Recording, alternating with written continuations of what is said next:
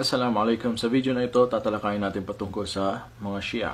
So ano nga ba ang Shia? Kasi marami din nagko-comment sa atin, nagtatanong, lalo yung mga hindi Muslim o balik Islam, na bago pa lang sa Islam at nagtataka, ano to, may iba na naman sila narinig na sekta o grupo ng Muslim. Alam mo, itong tanong na ito, last year ko pa ito nababasa sa comment na nakaraan ng isang taon na talaga. At panay sabi ko na inshallah gagawa natin, inshallah. Kasi mahirap talaga gawin ito eh. Kailangan mo mag-research mabuti, mga ugat nito saan nagmula, simula pa lang kay Ali, sa mga sahaba, pinsan ng propeta, yung siya ang namuno. So marami, mahabang salaysay, mahabang history. May isa akong ustad na na-meet na kayuntuhan natapos na course, akida, so pwede niya ikwento, kaso nahihiya naman humarap sa camera, so ang hirap talaga. Ngayon, alhamdulillah sa tulong ng isang apps na meron naman itong sheikh na gumawa siya ng apps na Islam Q&A. Pwede nyo i-download, kaso English nga lang siya. So tinagalog na din natin dito. Galing to sa source na kay Sheikh Muhammad Saleh Al-Munajjid. At isa siyang scholar dito. Marami din gumagawa ng mga content ng mga hindi Muslim. Gumagawa ng content patungkol sa Shia. Pero medyo light lang yung kinakwento nila doon. Medyo halos walang masyadong pinagkaiba kung titignan.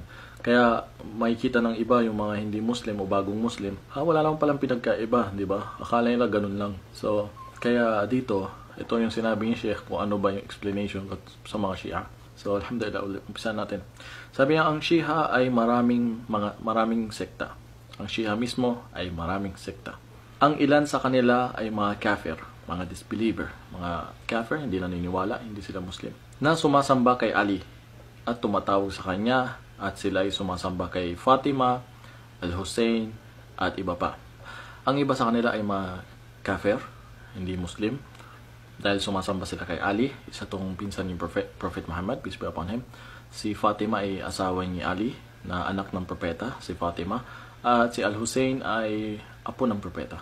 Anak niya lang yung Fatima at Ali. So, ang ilan sa kanila ay nagsasabi na si Jibril, si Angel Gabriel, ay nagtaksil sa tiwala at ang pagiging propeta ay kay Ali, hindi kay Prophet Muhammad. Dito, inaano nila na nagkamali si Jibril or hindi ibinigay yung mensahe kay Ali na dapat siya yung, kumbaga, propeta kaysa kay Prophet Muhammad.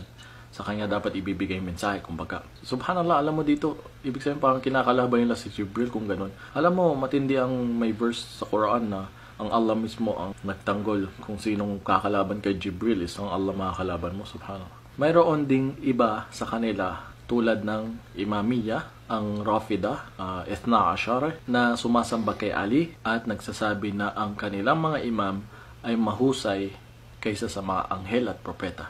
Subhanallah, ito yung naalala ko din noon. Mga imam nila, tinuturing nilang sobrang perfect. Ang imam nila ay hindi pwede magkamali. Kahit may naiisip lang yung imam nila o panaginip, ano yun, kumbaga, totoo yun.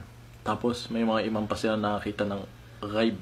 Yung ghaib yung hindi nakikita. Yung kahit sa future na gano'n, nahuhulaan ba yung lay? So, matindi talaga. So, kumbaga, mas perfect pa sa anghel at sa propeta, sa mga propeta na hindi nagkakasala o hindi nagkakamali.